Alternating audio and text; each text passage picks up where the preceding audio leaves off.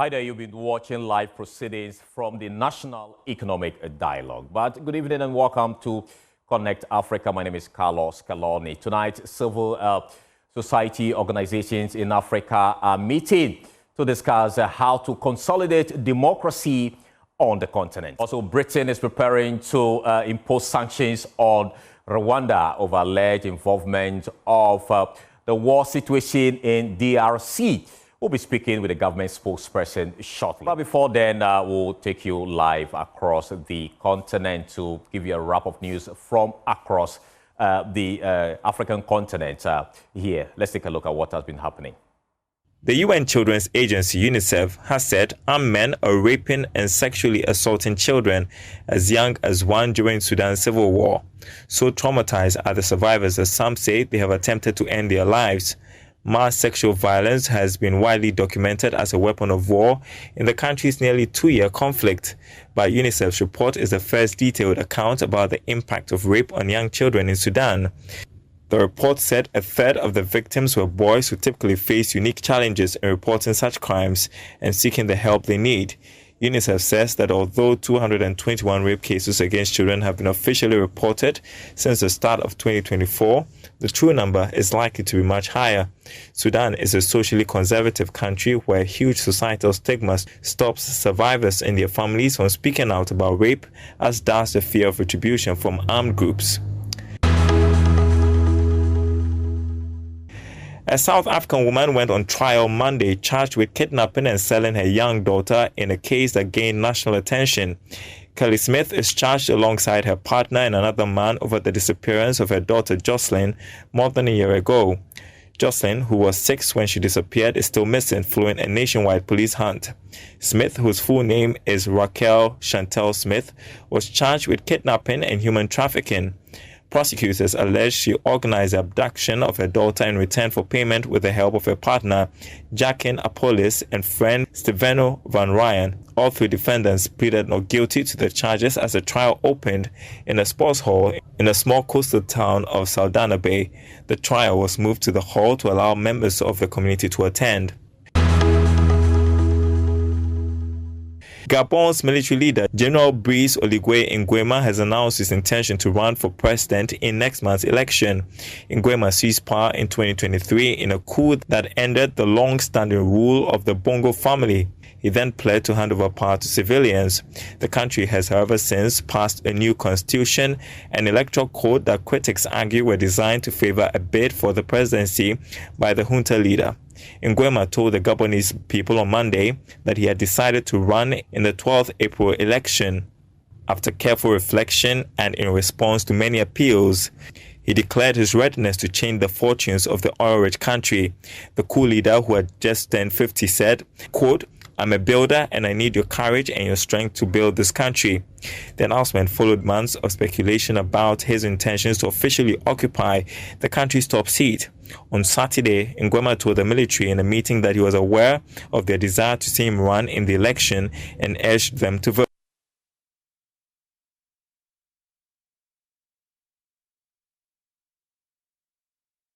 Well, those are the headlines making the round around the continent. Now, civil groups have converged here in Accra, dialoguing on the best strategies to combat a backslide of democracy across West Africa. Under the auspices of Regional Election Monitoring Group, WADEMOS, civil group and other actors from the sub-regional bloc, ECOWAS, will explore ways by which countries can put an end to undemocratic tendencies such as the military takeovers, which are on the rise in West Africa. Is confronted with the resurgence of coup d'etat, military-led transitions, the exit of 3 countries, fiddling of constitutions to allow tenure extension, and ravaging armed terrorist attacks. ECOWAS, born of the sacrifice of our forebears, now finds itself at a rare crossroads. Perhaps the most significant and peculiar attribute of being at a crossroads is that one is forced to make a deliberate and calculated decision as to the 10 one should take. Being at the crossroads provides one not only with a staging post for introspection, general reappraisal, and crucial decision-making as to desirable or imperative change in direction, but also with an urgent necessity to make a choice and pursue that choice to its logical conclusion. I hasten to inform you that ECOWAS has chosen the path laid down 5 decades ago by its founding fathers. We have resolved to prioritize solidarity, unity of purpose, and consensus. Now, let's go back to our earlier story where Wademos is meeting in Accra here to discuss ways to democracy here on the West African sub-region. Joining on Zoom is Austin Aigbe. He's advocacy officer for the group. Grateful for your time, sir. Tell us the specific strategies you are considering in ensuring that democracy thrives here in West Africa. Thank you very much. You have already stated a lot already. So just so you know that our region is facing almost like the worst challenge in history. Our region, which prides itself as a citadel of democratic consolidation, has become the haven of military coup, democratic backsliding, and of course human rights abuse. We've noted that government authority alone, as you may be aware, that ECOWAS as an institution is an ECOWAS of states, an ECOWAS where the heads of state make decisions for all of us in the region. So we're moving towards a position where we, the citizens, because every constitution in the region talked about the people. For instance, in Nigeria, the preamble of our constitution will say in that country, we the people. So it means that the people ownership of the system is important for the consolidation. So part of what we're doing right on this conference is to try to interrogate what has led to this backsliding and try to put measures in place towards playing specific role as citizens through the civil society architecture. And that's part of why we are here. Is that to say that up to this point, we don't know the causes of some of the challenges we have in a sub-region with regards to democracy? Please say that again. I'm saying that you said you are meeting to understand the causes of the challenge that democracy is facing in the sub-region. And I'm asking, up to this point, don't we already know the challenges? No, I'm saying to provide solutions. So there are a number of challenges. Of course, I talked about democratic backsliding, human rights abuse, and all of that. The possibility that can we, as civil society, as citizens, begin to now engage? Right. The citizens have always engaged. Yes, citizens have always engaged. To what extent are citizens engaged? Right. So part of the which we're already seeing is a formation which has already started in ECOWAS already. ECOSOC. ECOSOC is the community people meeting just the same way heads of state will meet. Okay. You know why, arguably anyway, why the 3 states of Mali, Burkina Faso, and Niger exited? They exited the heads of state meeting. They didn't exit the people, from the people. All right. They understand that integration is important, but however, they do not want to associate. They do not want to associate.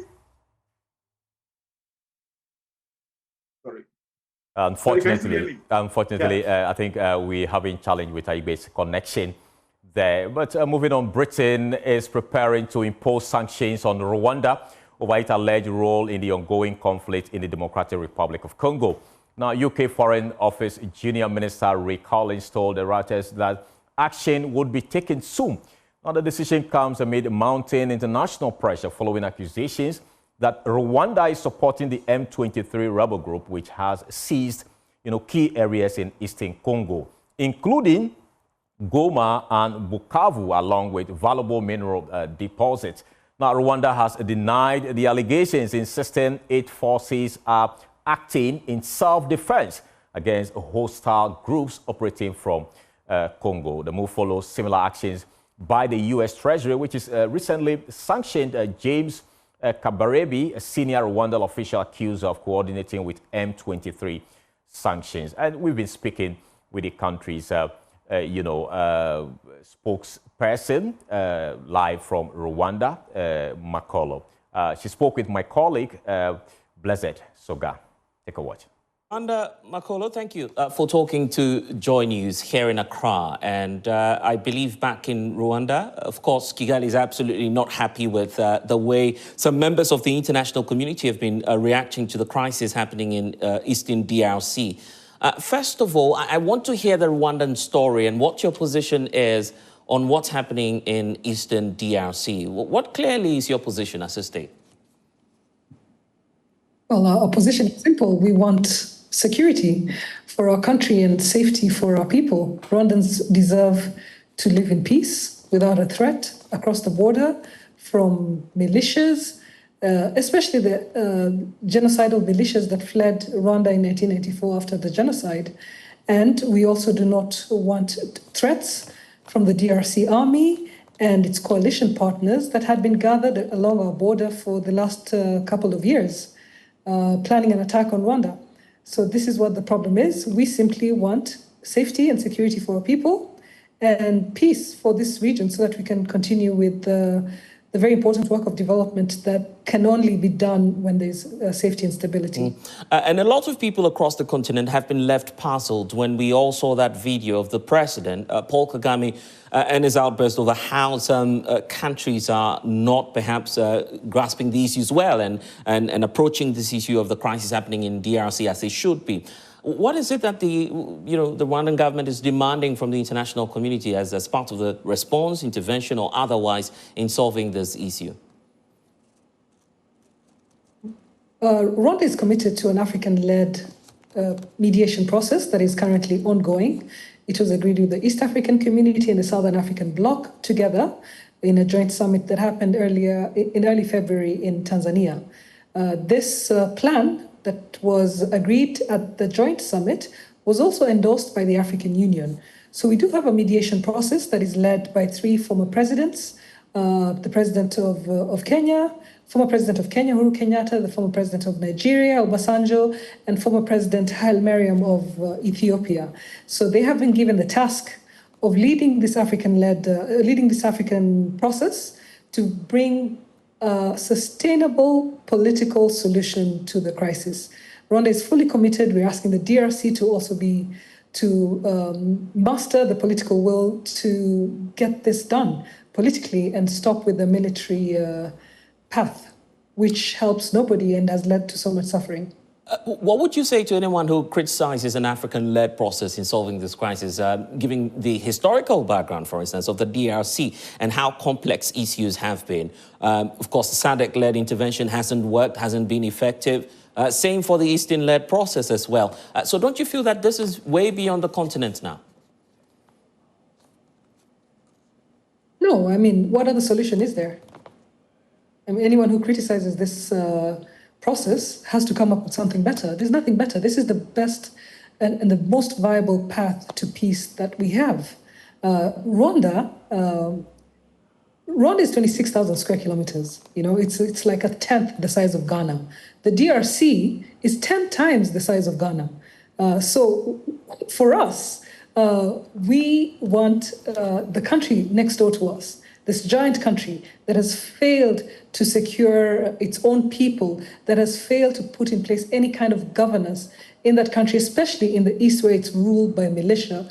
We want them to get their act together for the safety and well-being of their own people and so that we can have some security and our people can progress. Rwanda has made a lot of progress in the last 30 years since the genocide.